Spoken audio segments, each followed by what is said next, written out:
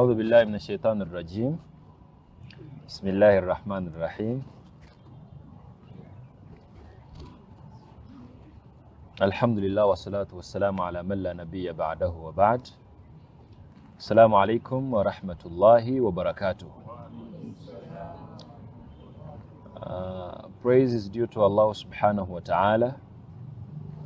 May his peace and salutations be bestowed upon his beloved Prophet Muhammad sallallahu alayhi wasallam, the one who fought tooth and nail for Islam to get to every corner of the world. I request Allah subhanahu wa ta'ala to have mercy unto him and whoever is to follow his footsteps till the day of judgment. Allahumma Ameen. We are still proceeding with our journey of trying to meet our life partners in marriage. And from the start of this series, we made it a point to let the audience know that whatever we are discussing, whatever we discussed, whatever we are to discuss is purely Islamic. Why am I making it a point? I know many people are having different views. Many people might have different opinions, the way they view their dating style. But as Muslims, or maybe for humanity, if anyone needs to be guided, we are to always seek the Islamic guidance. I want to dedicate today's session to the family involvement in as far as the Islamic dating is concerned.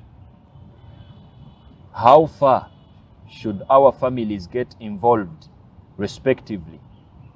The family of the guy and the family of the girl, or maybe lady, gent and a lady.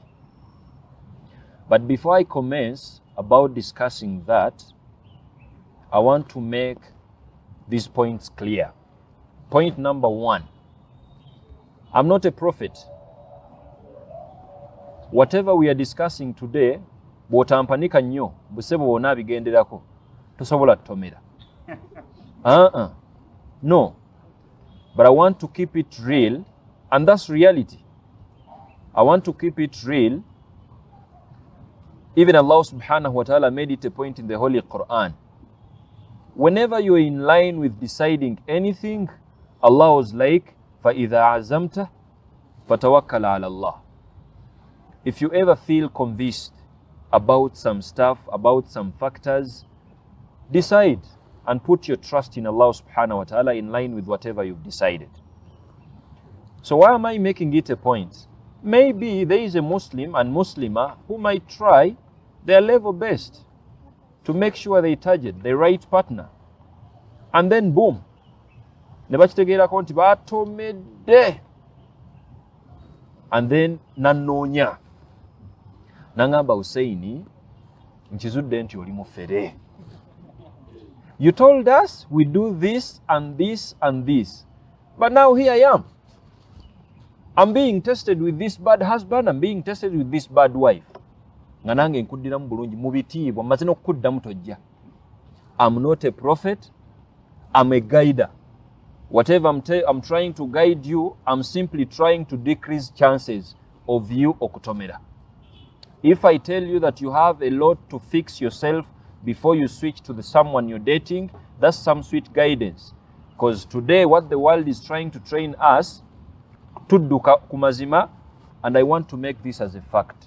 No Muslim is going to consider whatever we discussed from our first very episode to where we are right now, okujjako nga every now and then they decrease their chances of hitting blockades. Naye oliawo olabayo ka episode kamu, you only came here one episode. N'otwala n'okamatira. Ne weerabira nti olina episode nazo tannaba ki? Zotannaba kulaba. You have a lot to check in line with the Islamic guidance. Era bw'obeera wano nga wakandabako emirundi ng'esatu physically. Oba oliawo, tulina obuzibu bwa social media. People just get simple clips, ne kagoyinga vairu ne katambula n'adigidira okwo kati naye ategedde Islamic dating oswadde. You have to go and watch the whole session gye twatandikira mpaka ate wano bensuubirawo waneeno whoever we are discussing with today sisuubirawo muntu ayagala kumala budde. No, nawe kankudiringire nawo nga sinana kutandika.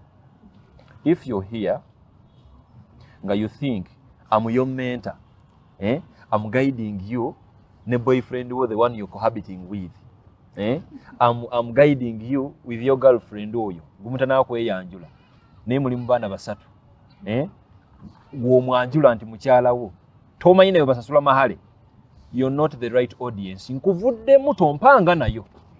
I'm guiding someone who is real and they want marriage as a goal. Era nsuubira nti physically yemu abantu abali wano. Buli kyenjogerako waneeno tokimbuuza gana kukimbuuza nti wama kati nze wembanga just tuli mu kuzannya, I'm testing, toli mu bantu bange. Nkwegaaniddewo nsaba Allah akkirize nkwegaane bulungi mpaka woleete nniya nti you now want to settle, yiriba byoyiriba nabyo, maybe try your nanka mpaka wootuula nti kati you want marriage. This is when these episodes are of use. Anything besides that, banayi nkwegayiridde vana wanu webuzabuze nti ogenda kufuna wuzugenda bugenzi. This is not your business here. Family involvement. Way back, our families were just too real. They knew their responsibilities. They knew what they were supposed to do. Today, it's the opposite. What used to happen way back, when a guy was interested in any lady, actually before even a guy being interested within the lady, it was a father-to-father story. Your dad matches to a family and they are like, your daughter is well morally upright, they are beautiful. All of you, if we try to put them together with my son, ne baba setinga, ne baba tuma mu embiriri, somewhere, and then you go, nga bakusuubira nti oli muvubuka, you are normal, you know beautiful things and non-beautiful things. Bakusetinza omwana omuki omulungi. Way back into their minds, they were like, okay, balina bye bagenda okwogera, and they are busy recommending some girls to you, mwabadibya. Actually, when a lady mentions that mu mikwano gye, and she's like, tata wange alina omuvubuka gwandabidde, kamujere goyo tamanyi biriko.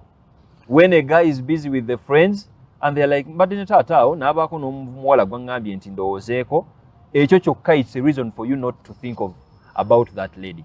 So today we are to harmonize the family involvement in as far as the dating is concerned Islamically. Factor number one, as we start, family is expected, our families are expected to get involved in the dating story of their child respectively. And that's the Islamic view. Your dad as a girl is 100% expected Islamically to get involved in your dating story. The same applies to a guy. Your family is 100% expected to get involved in your dating story. Of course, I'm going to justify my point. And we have very many stories Islamically to justify that. You know what happened with some of the daughters of Prophet Muhammad sallallahu alaihi wasallam? Let me start with Zainab, the first elder daughter of the Prophet, even before Islam. That's why I'm like, whatever we are discussing has nothing to do with your religion. Mukwano gwo abeereyo ng'ayiriba nga si musiraamu, bw'otamuganda nti wano tukkirizawo basiraamu bokka. Whatever we are discussing, it only takes for someone who has some good reasoning capacity to implement them. Zainab al-Kubra, the daughter of the Prophet, the first daughter of the Prophet, weyamala okula, and now she was an adult. Abu al-As matched to the Prophet. And he was like, Ya Rasulallah, I'm interested. I want to marry your daughter. I want to date your daughter. Prophet made it a point to say to Abu al-As, and he was like, let me first consult from my daughter. He matched to the daughter and he was like, Abul Asi, the guy this and this, is interested in you. Do you really want to give him a chance? Yes or no? And then Zainab was, before Islam, whatever you're discussing, it's before Islam. The daughter was like, yeah, of course it's okay. I'm interested in Abul As too. And that was the commencing of the dating. And after a few moments, or maybe time passed by, they became husband and wife. So you get to know that this is a principle that the dad to a daughter is involved initially to involve himself in the dating story of the daughter. You know what is happening today?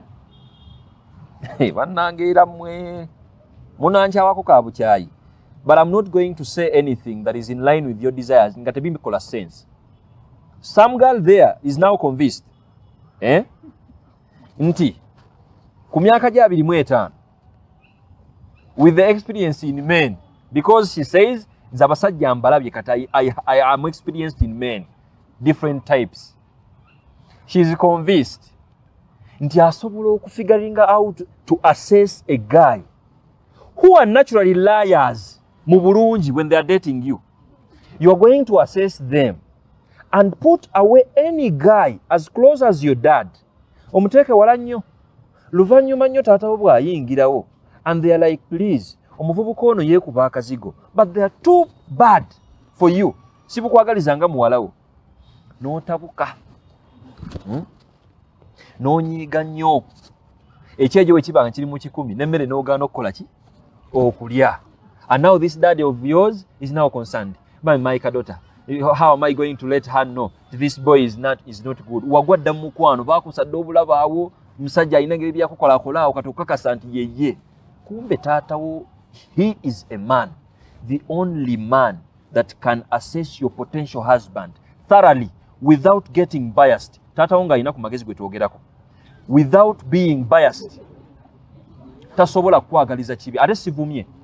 I know what I'm talking about. We have dads who are not doing justice to their kids. We have parents who, just because they are poor, they want to hold their daughters victimized in their marrying off some men, and the daughter is busy crying tears in marriage. That's what the society is training us. That's why I'm like, if you're having a dad, and he's a morally upright dad, no one can assess your potential husband better than that dad of yours. And Islam is like, come on, you can't skip that stage of involving this first man. Atakulimbangako. He's the only man on earth akwagaliza ekirungi.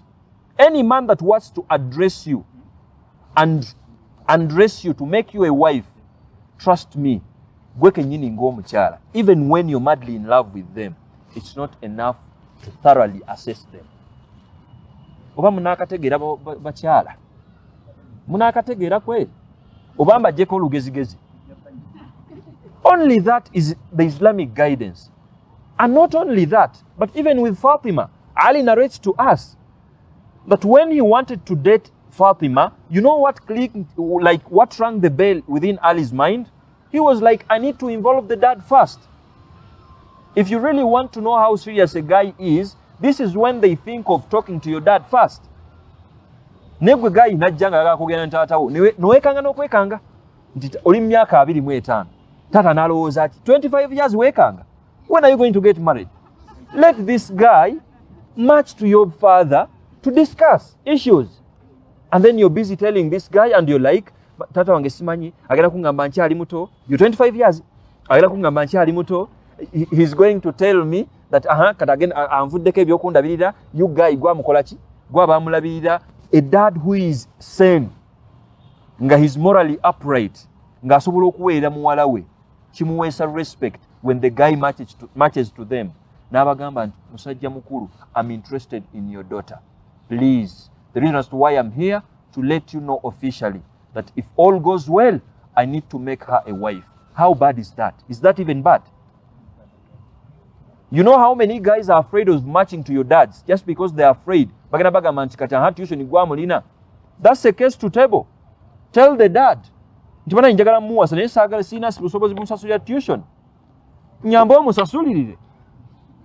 What is the problem with that? Are you getting my point?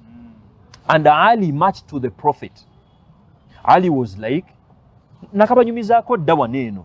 Ali, as he was with other companions, bamuwaga, because Fatima was now an adult. Ngumana tukula olutukula. Fatima was beautiful, bantumwe, without makeup, for your information. Fatima was beautiful.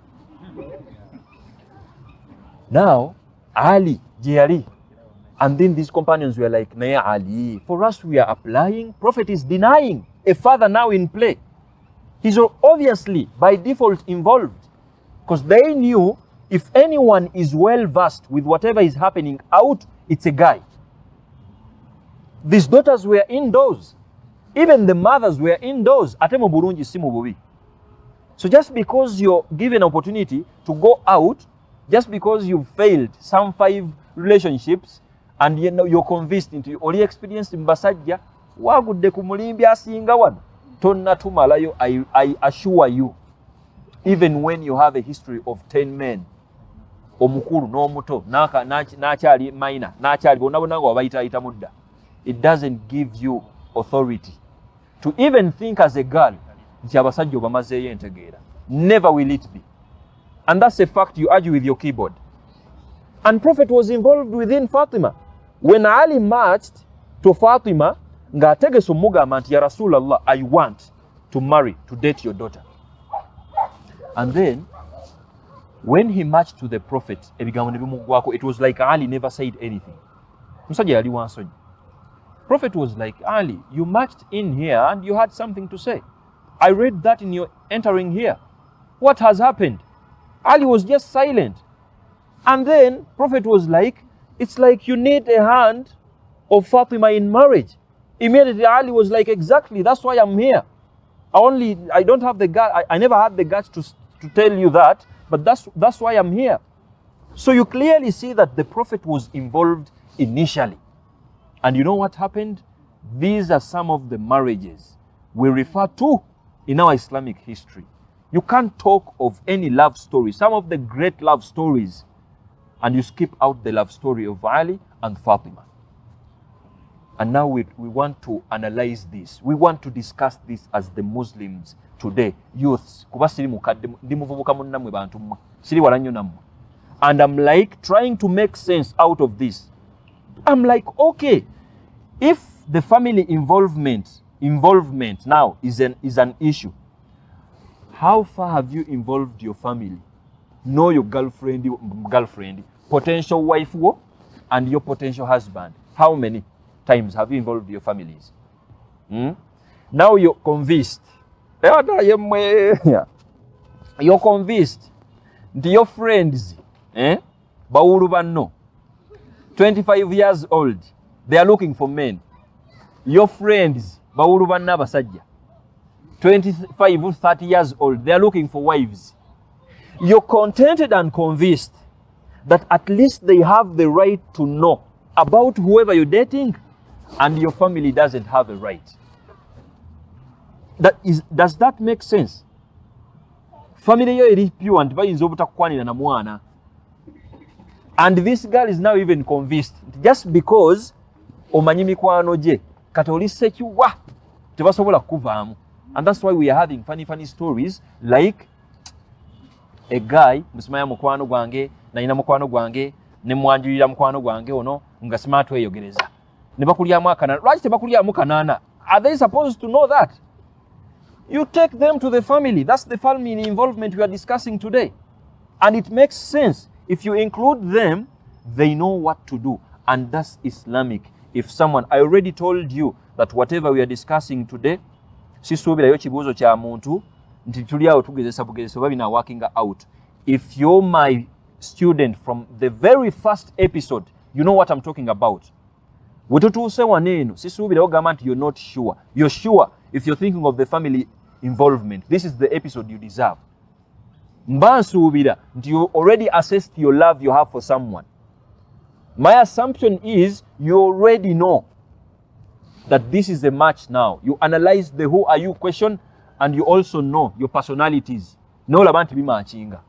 My assumption is you went through all these experiences and you analyzed them, and now you deserve to include your family.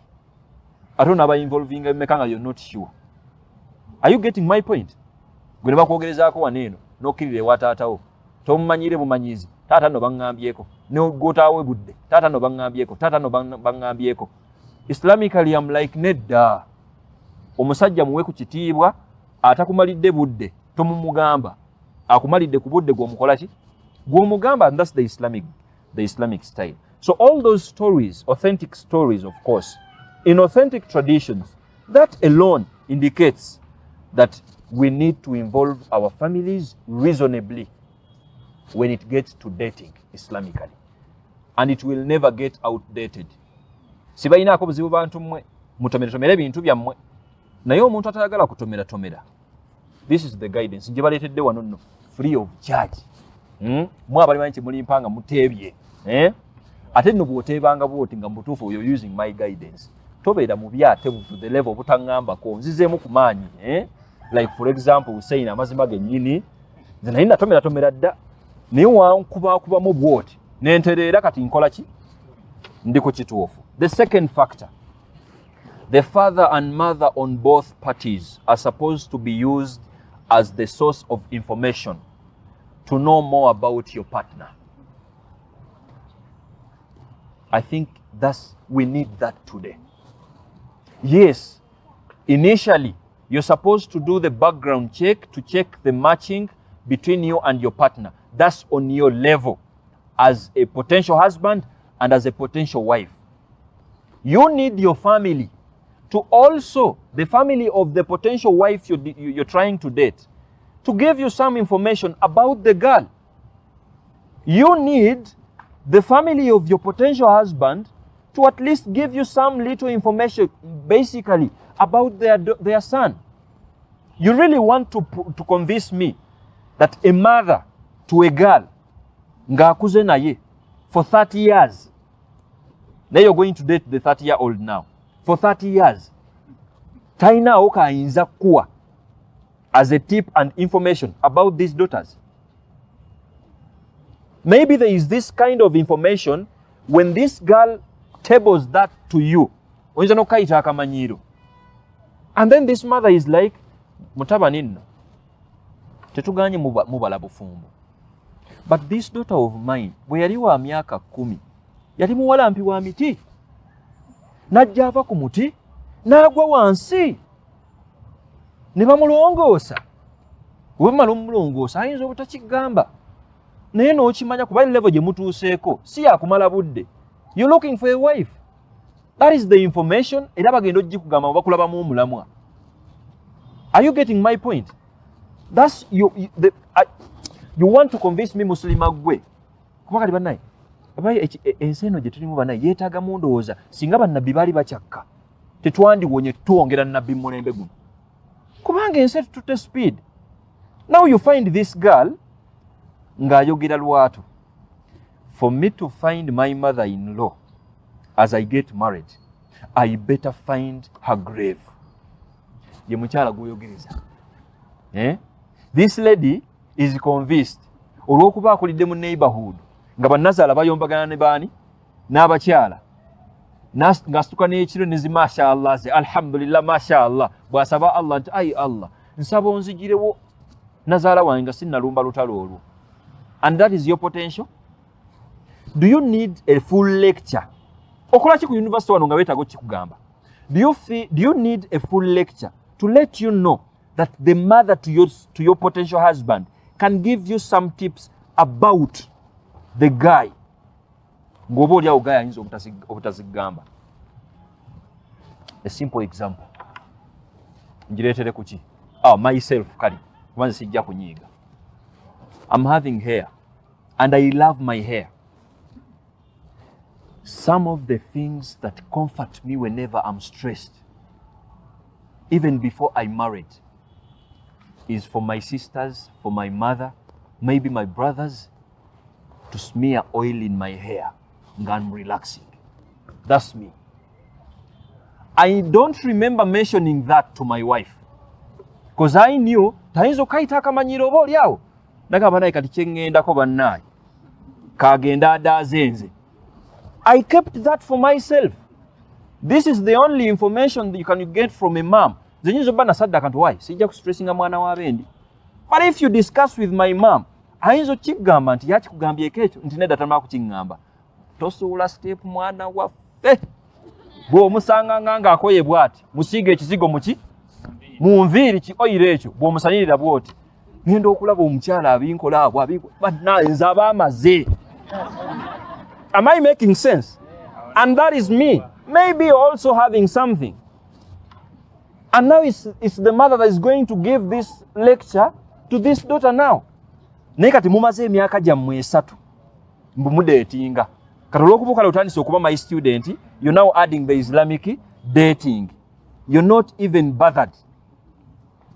You're not using the parents as a source of information about the partners. Saba Allah berenga to that guidance, and only that verifies, justifies the involvement of our families respectively in our dating story. So only that justifies. Maybe there is this behavior this guy won't tell you, and now this mom will. Nti muwala wange woba oyagala okutebenkiza mutabani wange, try doing this and this. Oli busy osaba dduwa nti nsaba amalalo ga nnyazaala nga gasayi nga gakoze eki nga gafudde kubanga olaba entalo bayiriba abakyala bayiriba ne bannazaala. Tomanyi nti naawe tomorrow you're going to be a mother to a son. Wandiyagadde okwefiira nga tolabye ku mukyala wa mutabani wo. Bw'ona asanga akawala emmaaso eyo ate bujja obuwala gye buli. Buno obwana be bakuzanga babulaze mu kamera bwe bukwata ku bwereere. Okasubire ka respecting egwe nga gwe nazaala waako. Lwaki tekakukuba empi? Bujja obwana omwaba butendeka nno. Bujja. And those are the kids that we are raising now. So Islamically we are like nedda. Fembusiramu, if you're dating Islamically, we need sense in this stuff. We are trying to build a project gitutagala mukufeiringa. Wachiri ofeiringa nga Allah yakugeredde ofune empera z'okugumiikiriza, but not from your own construction. Tomanyi engeri gye kirumamu nga mbutuufu okimanyi. It was out of your own negligence. At least otomere naye nga wakola what you are supposed to do. Nti nagoberera bulungi, nakola kino, nenkola nekino, naye Allah akoze eki. Angezeseza, that's a different story. But hitting the blockade, and you already had the guidance, ekyo kintu kiruma. Saba Allah abeerenga atuwa entegeera eyo. So only that also justifies the involvement of our families respectively. The father, for example, you need some information from the father of the potential wife before, just like you need the information from the mom. Bamama bategera nnyo abaana baabwe. When did you last talk to the mom? Oba mama omumazeemu n'ekitiibwa mu muvubuka gwe. Mu mwaka gumu wakamutwalira abawala bana. Mama nno ye muwala waffe. Mukyala waffe n'ayiwawo information ne bigaana. N'omwongera ow'okubiri. That is our daughter. N'ayiwa information ne bigaana. N'omwongera ow'okusatu. That is our daughter. N'ayiwawo information ne bikola ki? You're doing injustice to her. Muwe ku kitiibwa mu muvubuka gwe. Yiribe eno ne episodes zaffe osengejje gw'oyagala ne gw'otayagala ojjemu once in a while. Otwale omwana wa bendi bamuwe information ng'egenda mukola ki? Egenda mugasa. I think it's making sense.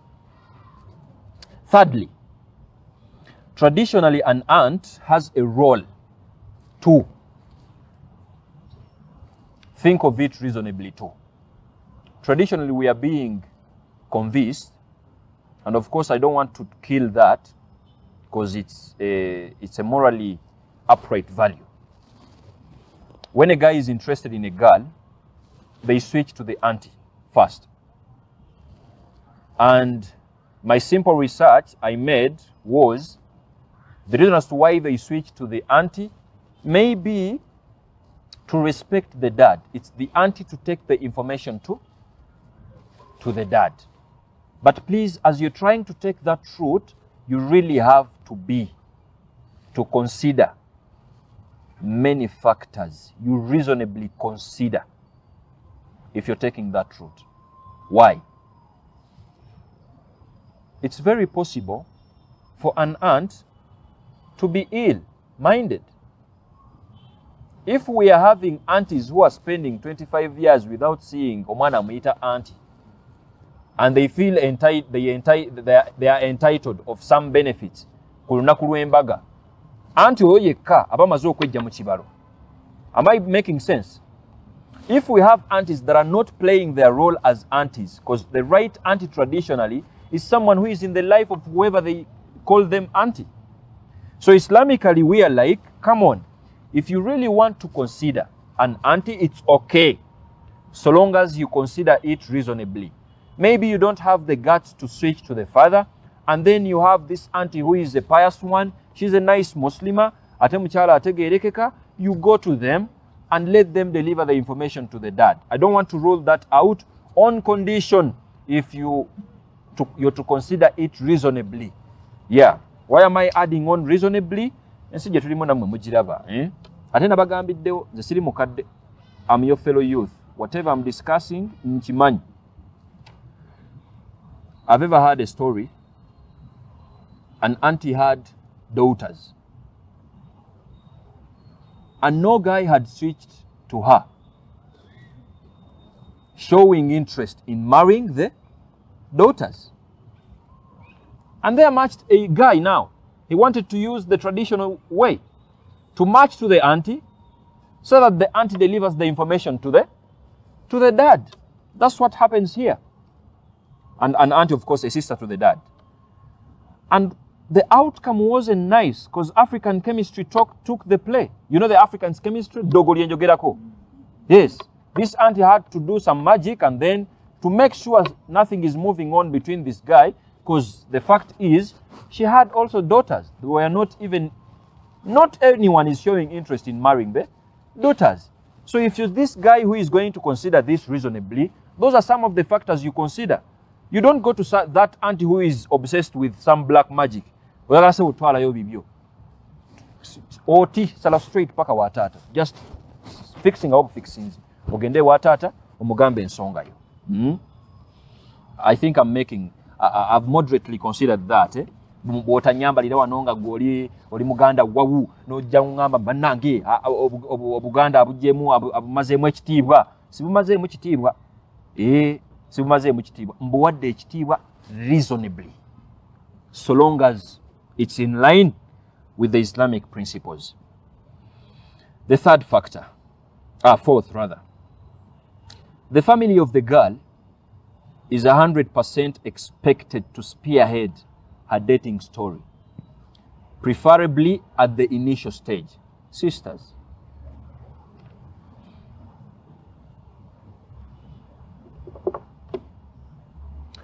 for the guy, if you're my student from the beginning, you know that before you approach a girl, you already know about her. You already know about her family, basically. You've dedicated some time to know the family you want to get this lady from.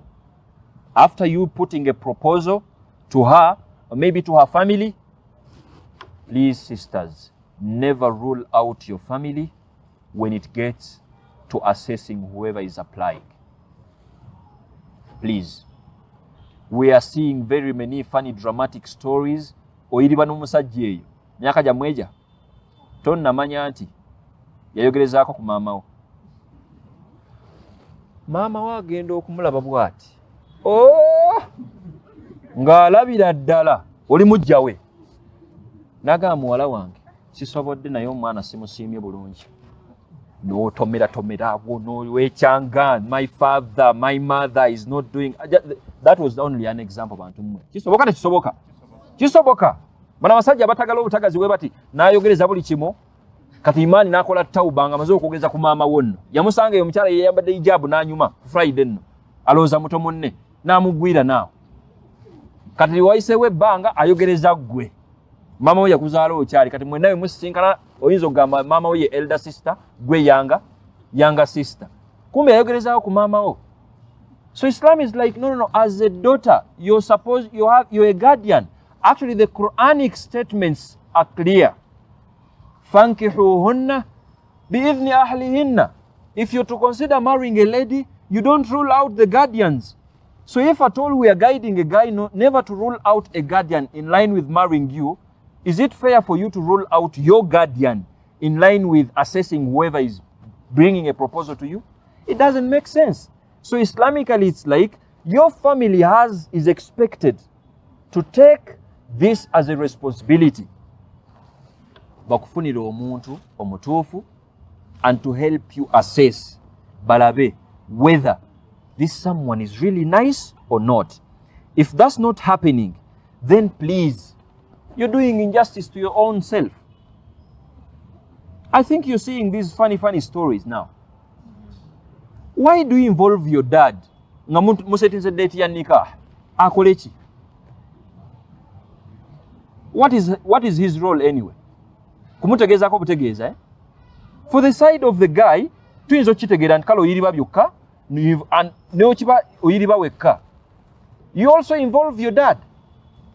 Let me start with the sisters now. The reason as to why you involve your dad is for your dad to analyze this guy that is interested into you and to make sure he is making some points, boundaries clear, that my daughter, you're getting my daughter out of a fence. She is loved and she is cared for. This is a dad speaking to the potential husband now.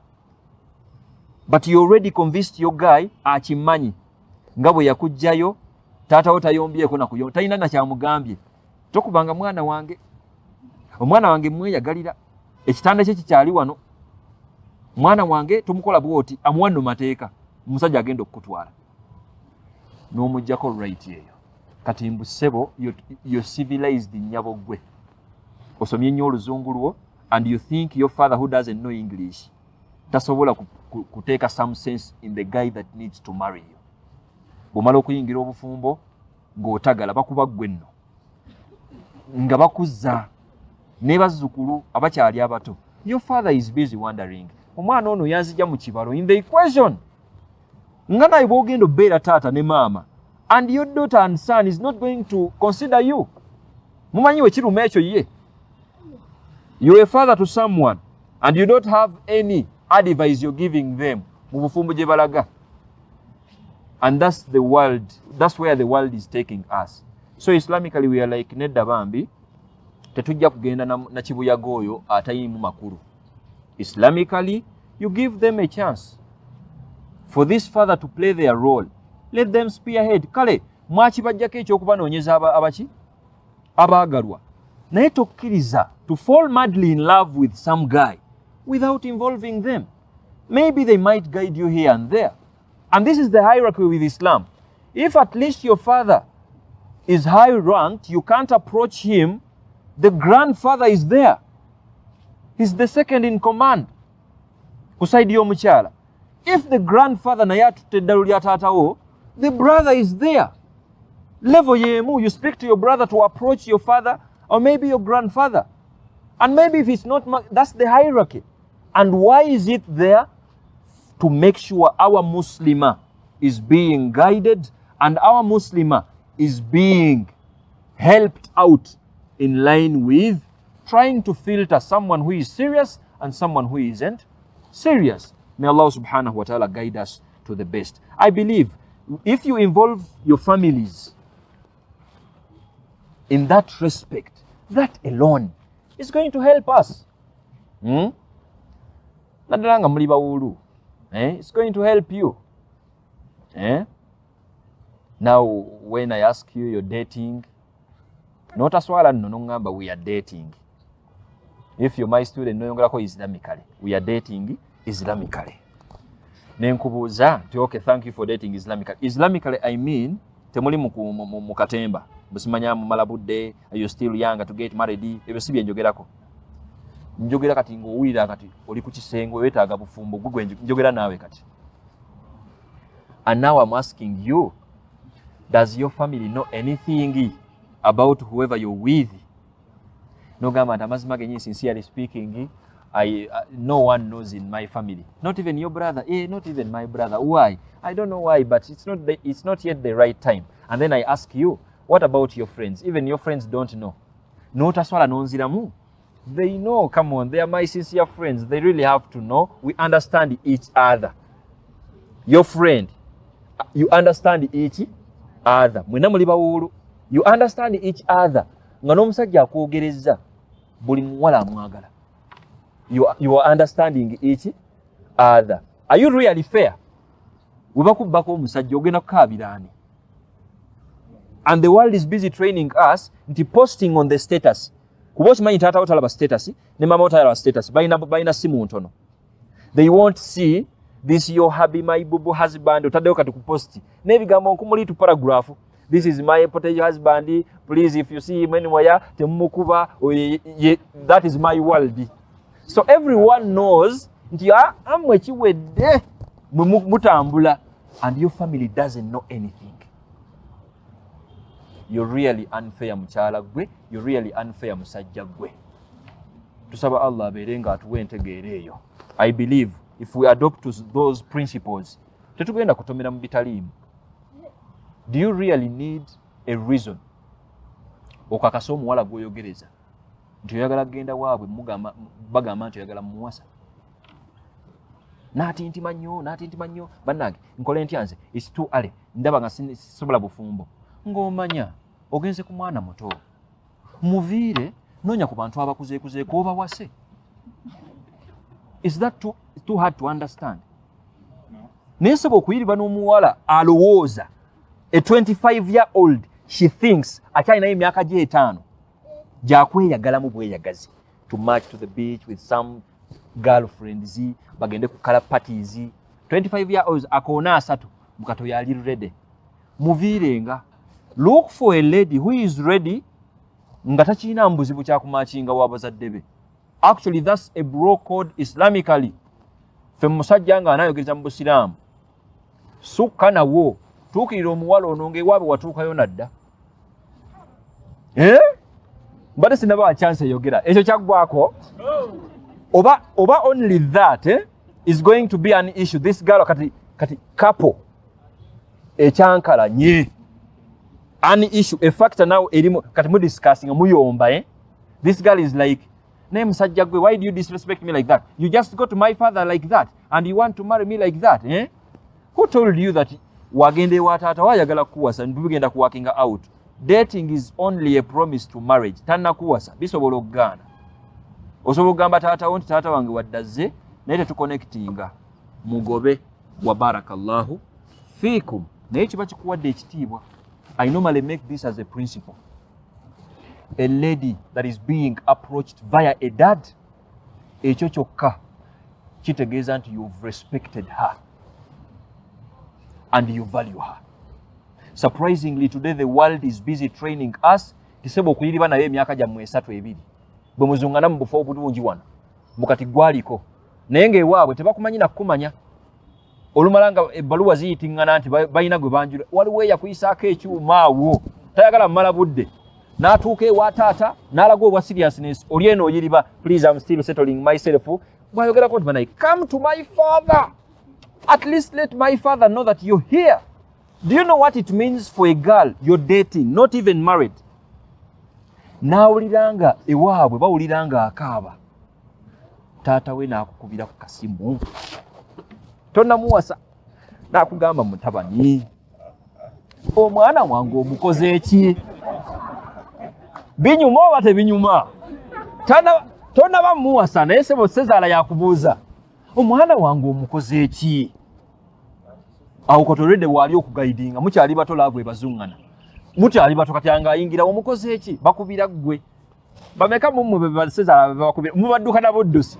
Omusajja osala naye mu masjidi emirundi eja 5 naye mbukuseba onoonya maanyi gagendayo mulaga nti you're interested in his daughter. Otoswaza nnyo naye oba kubuuza nti oli muyizi wange tompaayo, ojja kubonswaza. Ojja kubonswaza. That is the guidance Islam gives us. Nti ekyo kyokka, at least our assumption is, please kiyamba to get guided respectively. Nomanya nti omwana omuwala, if you involve your family, at least a brother, because we are like in the previous episode, you're not even allowed to go out okujjako nga a relative is there. and this relative ateekeddwa okubanga ebintu mwabiri brother at least oyiribe naye nga mutuufu brother si brother agenda okuwagira nti mukikoleko ebintu byansi byakuleka ye brother mwennyini agenda okumanya omulimu gwa as a brother. For your information, you as a brother, you have a responsibility to respect your sister in line with finding a right man for her. Just like you have a responsibility, if you get to know anything bad about the guy that is dating your sister, or you know Islamically, to make sure it fails, because this is your sister. You're supposed to harbor them, shelter them. Kubanga sister, that's how a lady.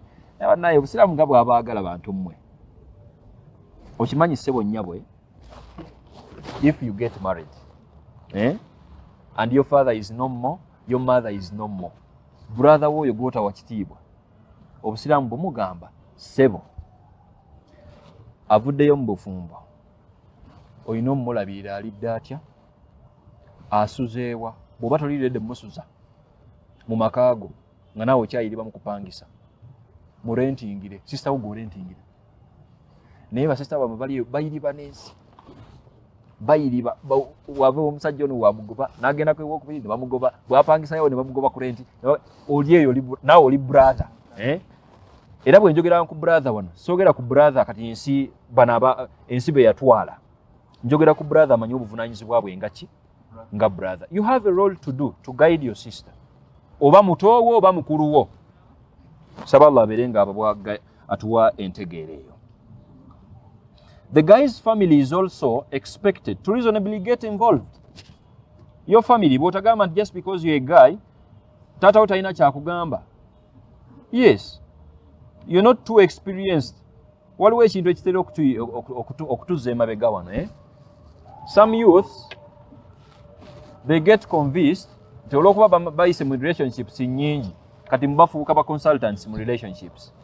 If you're dealing with human beings, you're only experienced with the one you're living with. The fact that you've been with 5 failing relationships, tekitegeeza nti tukukyaze ku TV sebo tuwe ku magezi okujjako nga tukubuuza magezi gaawo abaafeiringa ntwamona yasooka yali ki ng'otuwa ensonga kuba omumanyi owokubiri yali ki. But now to start bring that bad history of yours ogitukube mu maaso, you're now authoritatively saying with experience, nakono okwogera with experience, I want to let you know nti abasajja bali webati ne webati ne webati. So long as you're dealing with human beings, you're only experienced kwabo bomanyi botamanyi tonna bakola ki tonna bamanya. So just because you've been with many girls botalowooza nti katolika fulumba wala. You need some elder advice in line with when it gets to dating someone or maybe getting in marriage. And I should make this as a disclaimer. As I'm trying to mention all this, my assumption is you have to be in the know. Discussing emabega. Whoever is watching this and whoever is here, and this is your first episode, wakanda bomunundo ogusooka. Daye emabega olabe ku episodes zaffe ezasooka. The couple we are trying to address today is a couple ngambutuufu. Tetubasuubira mu level ya kuyiriba. We are convinced buli omu ali wano nga twatandika ffe naseka Muhammad okimanyi. Ye twatandikira yonna tukimanyi bulungi. This is now the couple je trainings okuva ku ntandika that we are guiding it, and right now bali convinced in marriage ejja maaso. This is when you involve your families. Tetukusuubira kubanga okyatagala okyali mu bantu abalowooza mana bawange asunguwala nnyo ate nze sisunguwala twakumala dda wali emabega tuwaba asunguwala nnyo oba tokya appreciating ekyomugobe onoonyeyo atasunguwala nnyo. As simple as that. Tetukusuubira ate ku episode ya leero kutandika kubuuza should I involve my family when this guy is not even ready to do what? He's not even ready to ali awo tannasalawo. Tetukusuubira mu ebyo. Atuuse ku level we are like they are ready, and you really have to take this step of involving your your family. Lastly, before we get to the advantages and disadvantages, personally, this is what makes sense to me. It doesn't make sense for the world to know anyone I'm dating, yet my family doesn't. And today, WhatsApp siye yajja. Mumaze ka wiki naka relationship. Status nezivuga. Alekati WhatsApp is also having this style of era tata ali walone mama bote ibala muwala wayinza bako esa trick eno oboli ku WhatsApp. Like this status here, and you choose people who are going to see the status. Nogenda nojja muko tata wo mukambwe nojja munesengawo nojja munejjajjawo bali walowooza kamusirima kaliyo kana kafe kasoma oli eno obubusa abantu bwojjako omwezi gunoteekako omulala bote balaba. So now Muslim gwali mu kudatinga and you claim you're dating Islamically, you're convinced nti ensi etegeera kwogereza naye family yo tennatuuka kukola ki, tennatuuka kumumanya. Mutuuka n'okuswaza family zammwe. Tata bwe yeekanga nti bannayo omwana yafiiridde mu kazigo kaani, mikwano gyo nga gyogera tubadde ffe tumumanyi mwana bakyekolako awo buli weekend, naye ffe tukola ki? Sajja tunaaswalaswala, ofiiridde mu kazigo, omulambo kati guswadde, taata bamulangira mwana wamuvaako. So Islamically it's like, no, the right people need to know. And that's why some scholars were like, when you're dating, try your level best to keep it silent. Tetwagala nnyo mmanya nti bifeirinze. That's why the Prophet's guidance was alinun nikah. You only publicize the wedding. Nga mmaze okuyiriba struggle ezo ne families zammwe. Mikwano gyammwe abakali lugambo. Bakubeko embaga awo. Naye nga mukimanyi nti family yakkaanya omaze okuyiriba n'omuntu wo mumaze okwetuusa bulungi kati bakuba omuntu wamwe nga bamukoze eki. But today everything is now upside down. Whoever is dating feels it's okay for the world to know whoever they are dating, and it's not okay for the family to know. Totukoze bulungi. May Allah subhanahu wa ta'ala give us that guidance. If we understand that in that sense, kijja tuyamba to target nice people respectively. These are some of the merits when you try to involve the family reasonably. Number one, it clears insecurity within the dating partners. Yeah, most especially the sisters. At least you need to grant them this like feeling secure. It doesn't make sense to talk to a lady alikupendinga this year. Muli no wano mumwe kosi ya myaka ena, for example. First year mumugwikiriza. Second year mutandise dating Islamically kubanga kati muli wano. No muyiriba second year. Third year. Family temanyi. Teri amanyi. Gwamanyi n'omuntu bwonyiige nnyo nga bamwogeddeko ewammwe. N'omwaka ogwokuna oyiriba n'ono sister. My sister, let me give you one simple principle. If the guy is not ready to come to your family as you're dating, and they are not even comfortable okwanjula in their families, come on, that alone eyinza okubeera red flag for your information. Era bwakuwasanga, those are some of the miracles that Allah is doing for you after the prophets. How can you date with a guy and they are going to marry you? Nabajjemu ddamu aba dating okumala obudde. Nabagobye dda wano siri tikyawo tonjogerangako. If you're dating for fun, whoever I'm addressing today is someone who is dating for marriage. Someone is dating you for marriage, and 3 years down the road, they are uncomfortable for them being known mu family yo. Nga bwoleta topic ino ate bwatandana nagireeta bwotyamu tiba naye bwe nagireeta tagenda kunyigira kawiki nno kalamba bwati nogisirikira kiki nno kyosirikira. Please come to my father, please come to my mother. Bwe yebuzaabuza bwakomba emimwa bwabuzaabuza bwagamba nti bannaye I'm not yet ready, you know sweetheart. Bwakuyita mu sweetheart awo nakuwa ebulayini nga busatu ng'oggwamu nga tyaba naye ajja kujja n'omwongera omulundi ogwokubiri n'akubebisaamu awo n'akutwala ku kafe javas kati n'oggwawo eyo point n'ogikola ki kumbe ebbanga ligenda. When you're going to click 28 ng'omusajja yakumalira obudde emyaka 4, that's when you're going to realize that you need someone atakumalira budde, and you don't need a full lecture and a full khutbah for you to get to know that the body count of a girl is too limited as compared to them. They have some good time okumala obudde bwabwe, but you don't. Bw'obeera n'emyaka gye oba nkwanguyizeemu wano ekibalo, bw'obeera n'emyaka gye 25 oba otuuse oba tonnaba, oba otuuse 25 oba watuukatuuka dda naawe katusseemuko emyaka kwemeka 23 awo oba ojjirira kale 23 gayi najja muwali munno kale si muwali munga gayi munaddiini kyentegeeza n'akulaga nti ali interested of course nga agoberera Islamic dating n'akwogereza ne muyiriba naye emyaka eja tamanyi family yo naye tomanyi family ye emyaka 4 oyina emeka kati oyina emeka 27 wallahi oba ogenderera 27 ogenderera 27 kati gyoyina ne bita working out kati nga atoyinayo olutalo olulala olw'okufuna omuntu omulala ate muddemu mwetegeere kuba tagenda mufuna leero akuwasa enkeera omwaka omulala gumu 2 gugenda omayiza oli mu 3 awo ogenderera mukyala bw'okoona 3 chansi nno zijja bw'okoona 3 okyamala obudde n'abavubuka abali uncomfortable with family involvement abavubuka abo bagobenga mangu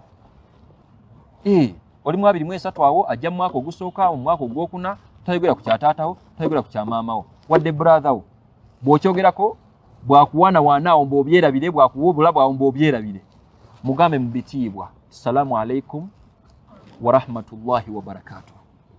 My brother in Islam ng'oteekawo erinnya lye my brother in Islam I love you but you're unserious.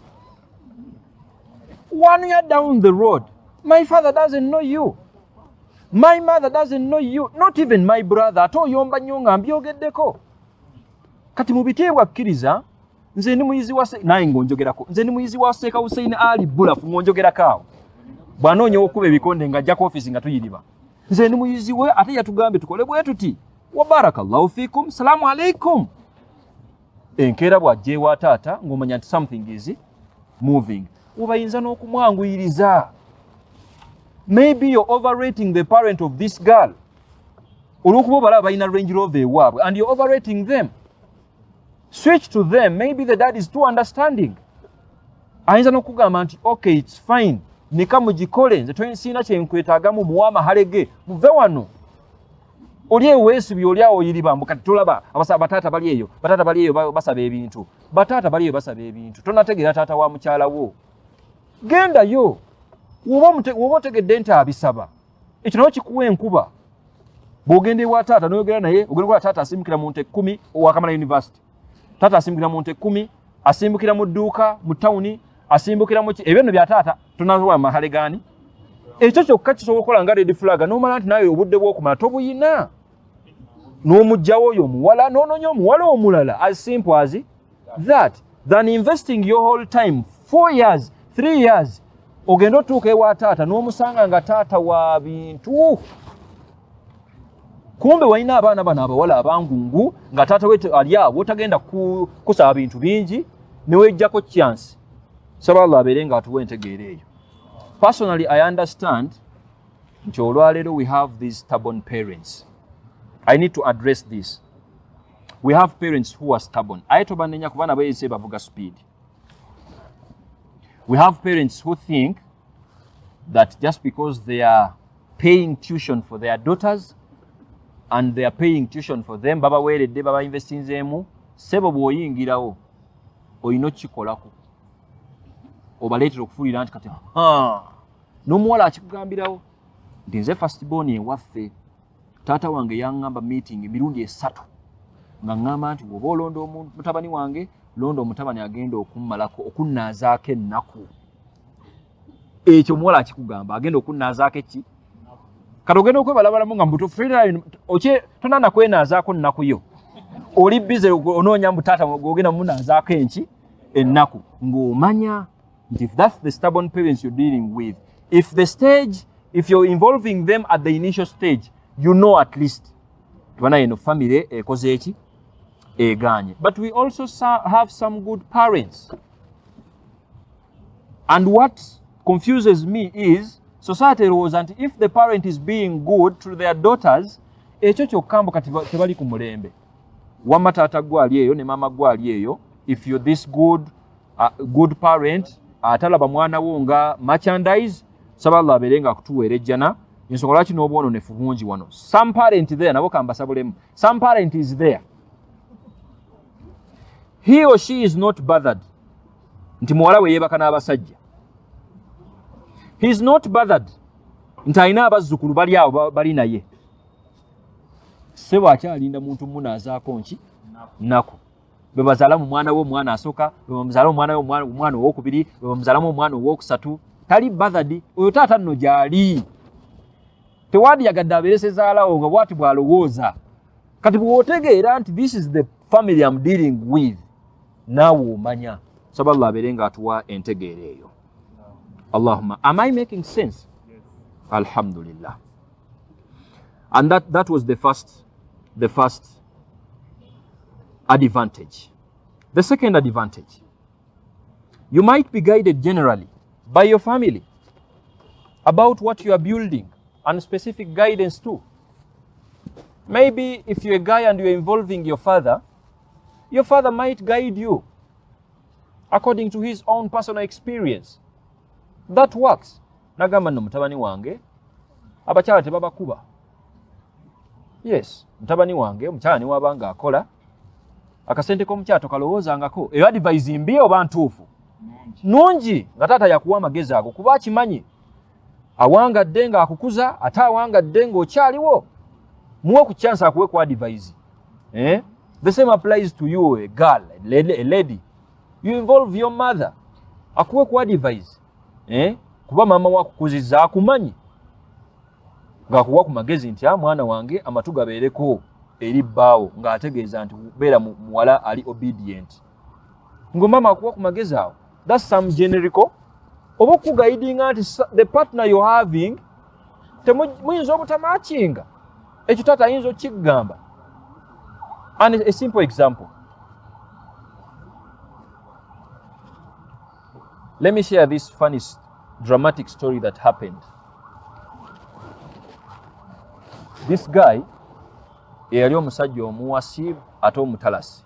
You know someone who marries and they give divorce quickly, nga basa omukyala asooka n'owokubiri n'owokusatu n'owokuna. Ate yali musajja nga si ye mukadde kadde wotalooza nti alina abakyala bana nti mukadde, muvubukavubuka ali awo late 30s n'ebintu by'okuwasa nga yabyanguya. Kati bwe yamalanga ye abana bw'awulira nga alabyeyo omulala ng'akaberako mu bana wanene aliwo anstressinzeemu awo ng'amuwa talaka, salaamu aleikum, genda, ng'asigaza bameka basatu, ng'anoonyayo kati gwe musilima waffe ng'akuyingizaawo n'olugezigezi, gwe namba 4, n'okyankyala bw'awulira nga waliwo ate omulala gw'alabye ate nga bw'ati bw'akola. So the dad was in the know. Kuba abasajja bakulu baba balina information eyo. They knew that this history is with this man, and this daughter never even involved the father. Luvannyuma nnyo baliyo bayiriba relationship. Bamumatiza dda ojjanga namba 4. Kumbe yagoba bawala abakyala nga basatu emabega. Teri amubuusa. Namba 4. N'ayingirawo kati agamba ku taata we. Taata wa mumanyi omuvubuka oba omusajja ti ye musajja awasa bw'akola ki? Bw'agoba. Bamumanyi basajja bakulu ku kyalo nti wabasa muwala w'oyo. Weetegeka emyaka 2 aba agenda mukola ki? Now this lady is busy involving the dad as late as setting the date. And the dad was like, no way, I'm not giving you out to this man. And the lady wasn't aware of this history. Not until the dad was like, come on, omwana musajja gw'oyagala okugira bw'oti, go and ask that family and that family bakubuulire that is the man you want to go to. Naye nga tagenda big gambe ebyo bwakuwaana mwawo olw'okuba omulana ekirevu nti oyo ategeera nga akutwala kumbe emyaka ebiri agenda kukuzza. And you know what that means? Divorcing you nga tolina kyokoze olw'okuba alina gwayagala owasa omulala. Saba Allah with that understanding. So Islamically is like nedda bambi you involve basajja bakulu wabo bayinza n'okubanga mu family gyoyagala okuwasaamu bayinamu traits z'otamanyi ggwe kuba oli mwana muto. Taata w'omusajja mukulu ali mu 60s yawangaala ne mukulu munne eyeefiira emyaka 10 emabega naye nga mu traits zaabwe mulimu traint ekontagana ne family yammwe. Ekyangunyo kyoyinza omukolera is to involve them as early as possible nga tonaba kugwa mu laavu eyo eri ya mad. Yes, manya oli madly in love. Bakugambirewo nti bannaye muwala waffe nga tonnatamiira. Family eyo eri A, B, C, D. We are being too bad to in the situation that ne woba okimanyi nti family erimu obulogologo. Ekyagendo kigamba si ye mulogo akwogereza. Atagala kigamba wabula taatawo yayinza okumanya nti family eyo twawulirako nti mwalimu omusajja yagiwasaamu n'akomyawo omwana awo olw'obulogo. Naye ate n'omusajja yagenda wadde nga baawukanye tali bulungi gyali eyo bw'eri otagala n'omukwano gukuwuuba ng'onaamala omuwasa bakulogemu ewiiki omanye liyinza okulwawo okukukwata kubanga oli musaaze olina engeri gy'osaalamu awo Allah akubeererewo naye ng'osobola oddiiringa nabyo wano priorly. And whatever I'm an African, I know what I'm discussing. No. Inshallah. I know what I'm talking about. So Islamic is like, please involve your families. Ku level ya mwenga abogereza, you know yourselves, but at least you need the involvement of the family. Nao bakoleki babeko n'engeri gye ba interveninga muko oba guidinga specifically and also generally. And then lastly, both families to get to know each other more prior before the marriage contract. At least you need a father-in-law that knows you. Atagenda kukulabira ku mukolo gwa mbaga. That's the father-in-law you need. You need a mother-in-law atagenda kukulabira nga bakubikula webati. Nga mother-in-law yo mugenda ko ne out ne munywa ka chai ne musimbula emboozi ku mutabani agenda okukola ki? Ne buli wenchogerako bwoti n'omutima guba okimanyi tosobola na musa abantu tugendeko ffenna naye bakudatinga islamically. Bwe bakuwerezayo ne ka clip nti seka uyaga dating islamically tosobola toyina na buyinza bwogera ku islamically. Omuwala gwe saawa eno gwe boogereza at least beerako ne maama w'omuvubuka mukube emboozi ng'abakyala akubbire ku bibuuzo kyekimu naawe tekirina buzibu to go with your father-in-law out after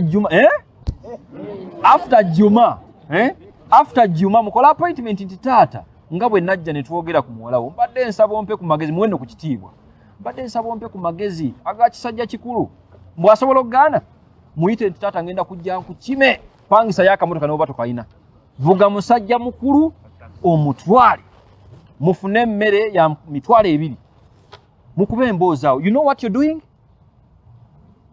These are the two families that are going to connect with your marriage. The last thing you need is the balamubo, the brothers-in-law and the sisters-in-law. Webayita bwe mu luzungu okubanga tebakutegeeredde ku lunaku lwa nikah. And I normally pity the girls because at least omusajja akoleta mu family ye bakujja mu bantu b'omanyi ku bantu b'otakola ki. The least you can do is to make sure there are ties before marriage. Tinewe bigaana bategeera nti with respect nti bigaanyi naye webigeza ne working out at least nga connectinga da ne balamu bo munyumya embaga egenda okubeerawo nga bakwesunga bana mwana waffe mukole ki mutuleetere. You with this girl atayagala kumanya balamu bote balina kye bamugamba nawe toyagala kufaayo busebo sajja kufumbirwa kika kiramba banzijeko olunderevu noyiwawo n'oluganda awo oluka bakujjeko olunderevu bagenda kulukujjako it's okay. but you don't know how tormenting it is to be married to a guy nga yekka gwomanyi mu family ye. That's when abasajja beefiira ne baleka ebyobugagga emabega nga tewali mulamu asobola kuyirawo mubiri tebakumanyi nakumanya bakulabiddeawo n'olugezigezi lwo ozze toyagala namanya bibakwatako. So Islamically we are like, no, don't be too bad like that. Prepare these two families. Gwe toogerako bannaye nkaddamu ye muntu awookinze episode zonna ez'emabega soogera kummwe abakyayiriba, you're not even temunnasalawo oba tu marriage weeri mukyali awo muli mu kusaaga. Sikyogera naawe, njogera n'abantu abali mu kudatinga Islamically with marriage as a goal. Start as early as now. Omuvubuka ono ategeereke taatawo amumanye nti bannaye ekibasibyemu awo just kumaliriza course ekyo kyangu kyakutegeerekeka. Omwana eyo bakugamba nti please tondeetera wano omusajja okujjawo ng'omaze okugraduatinga. It is okay. Mugambe taata sinaba graduatinga naye sigenda mufuna nga maze graduatinga. Wuno mufunye katujiribe wano nga bw'otugaidinga otunabala okufu graduate wano tutinga jantwala. What's the problem with that? Yes, tekirina buzibu ng'okimwegambira. Saba Allah abeere nga abamalira mwenna, abeere nga abagondeza families zammwe. Nkakasa nti waliwo abagenda okuva wano insha Allah, naddala nga kakapo kali wano, Sheikh oli wano ne Sheikh ati ali wano, nga mubadde temuinvolvinga families zammwe. Bw'okikoonako bw'oti n'atagala omanya omanye w'omuteeka nti bannaye nina bwe mutedde wano, omanya nti mubanjogereza kati ono alina box gy'akoze eki.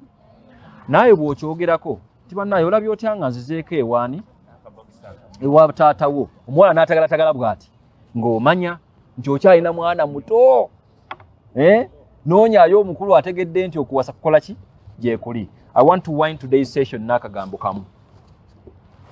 Don't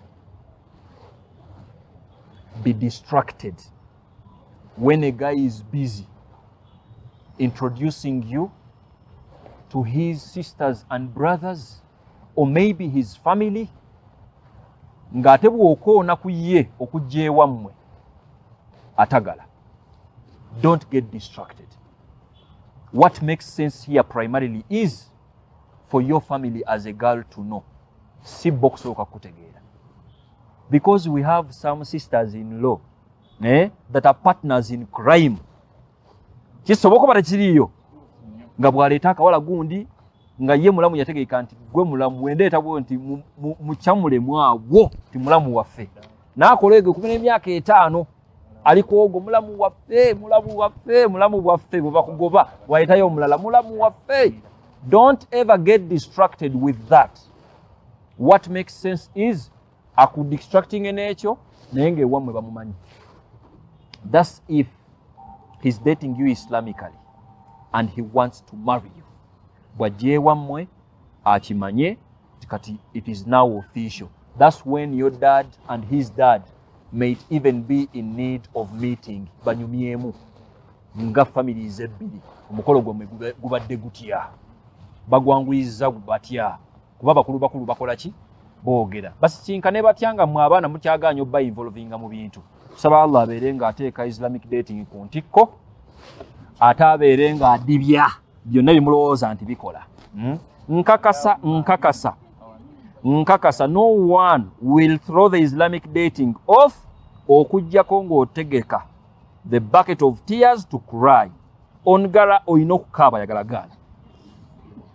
Secondly, no one will ever adopt to the Islamic style of dating ng'alina ku magezi n'adoptinga ku Islamic style of dating from the beginning gye twatandikira mpaka we tutuuse olwaleero okujjako nga ebisinga obungi ebidramatic ebyo abaamaze obikola ki okubijjawo ng'afunye omuntu omutuufu. Mwe abalimanya kye muli mpaku yawmul qiyama. Saba Allah abeere nga abasobozesa abawulwa abali wano mufune abantu mu involvinge ne families zammwe. Allahumma amin.